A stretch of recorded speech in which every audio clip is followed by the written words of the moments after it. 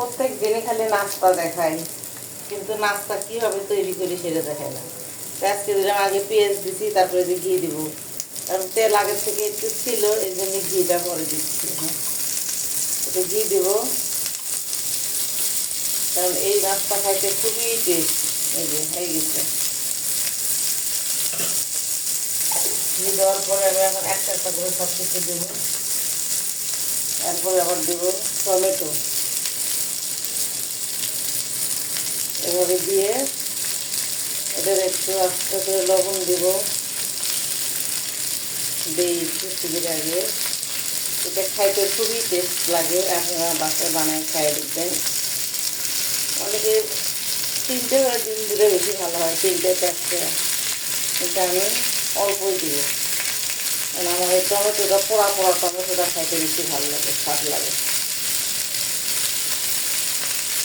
দেখে সব কিছু দিয়ে রেখে দেবো। এটা হচ্ছে আমার সকালের ব্রেকফাস্ট। একটু লেগে দেখাই যান, সমস্যা নেই। তারপরে দেবো হচ্ছে লবণ, লবণ দেবো হালকা, ছিটে দেবো। বাস, আমার নাস্তা রেডি হয়ে যাচ্ছে।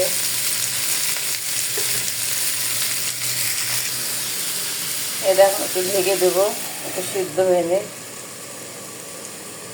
তারপরে এখন ডিম দেবো, এই যে হয়ে গেছে, নরম হয়ে আসছে। এখন ডিম দেবো,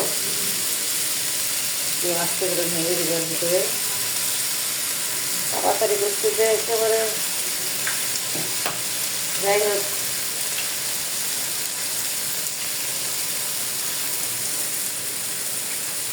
আরও বেশি ডিম দেওয়া যায়, আমি কমই দিলাম। এরপরে আবার ঢেকে দেবো একটু, এগুলো একটু ছড়াই দেবো যেন সব দিকে যায়।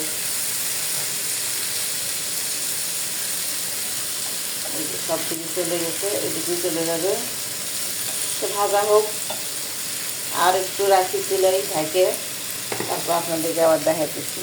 এই তো বন্ধুরা, হয়ে গেছে আমার ডিম ভাজার রেসিপি। তো এই যে আমার ফাইনালি হয়ে গেল সকালের ব্রেকফাস্ট। এই যে নিচে কুসুমটা গলে গেছে, উঠাইতে যে এই যে ডিম, কারণ অনেকগুলো সবজি দিছি তো, কারণ সবজিগুলো খাইতেই টেস্ট। এই যে দেখেন, খাই